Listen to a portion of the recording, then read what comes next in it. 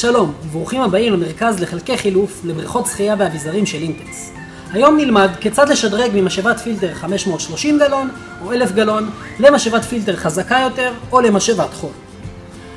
משאבת הפילטר 530 או 1000 גלון מגיעה עם צינור סטנדרטי המתחבר באופן ישיר אל דופן הבריכה. משאבת הפילטר החזקה יותר או משאבות החול מגיעות עם צינור רחב יותר עם הברגה.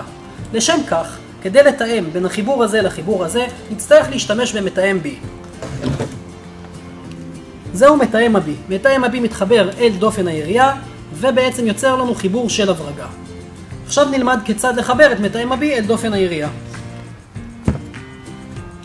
הבריכה שלנו מגיעה עם שני חיבורים כחולים, ועם שני חיבורים אפורים המתחברים אליהם לשאיבת המים לתוך המשאבה, ולכניסת המים חזרה אל הבריכה. אנו מפרקים את החלקים האפורים ובמקומם משתמשים בפקקים השחורים שקיבלנו עם המשאבה.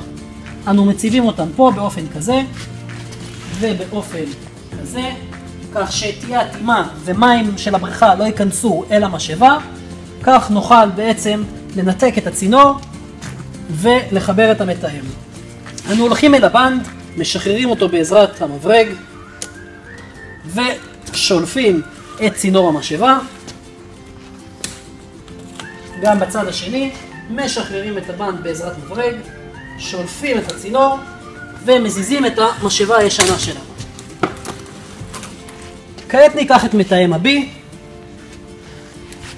נכניס אותו אל החלק השחור של חיבור המשאבה ונהדק את ההברגה כדי ליצור לחץ שהמשאבה תוכל לפעול.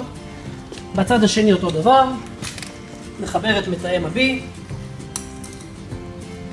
בצורה כזו אל החלק השחור ונסגור את ההברגה. כעת יש לנו שני חיבורי הברגה ונוכל לחבר את צינור המשאבת החול. לוקחים את ההברגה של הצינור, מברגים באופן כזה עד הסוף.